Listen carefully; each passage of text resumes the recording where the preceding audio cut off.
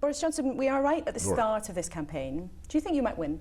Yes, I do think it's very possible that we will win. In fact, I think the arguments, as they become clearer and clearer for the public, are very much moving in our direction. There's one unanswerable point, which is that if you want to take back control of huge sums of money that this country is sending to Brussels, if you want to take back control of our politics and our democracy, then you've got to vote Leave. Let me ask you this question. With those freedoms, surely there do come significant risks. Or are you saying that the Bank of England, the International Monetary Fund, Lloyds Bank, the Treasury, the Prime Minister, the Chancellor, they're all fundamentally wrong? Yes, fundamentally.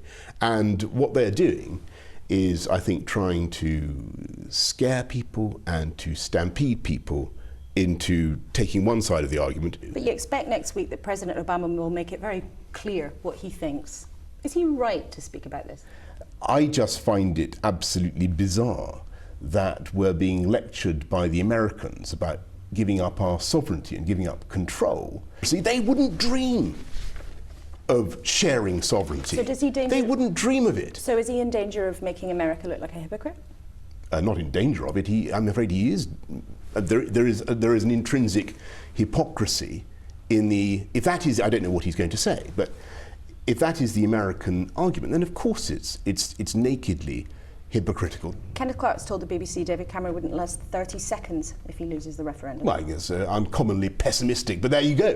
What are they full of, these Bremainers? They're full of gloom and pessimism.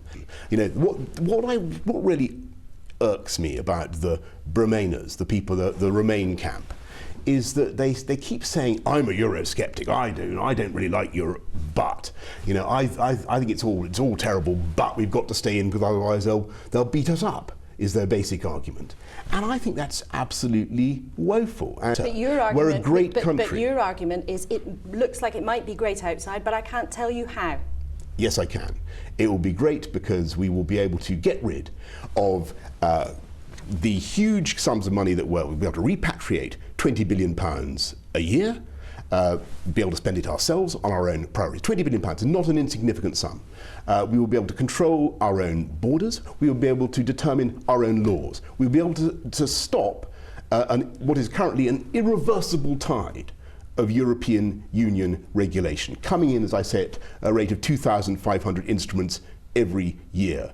We will be able to stop the steady absorption of this country into a federal superstate.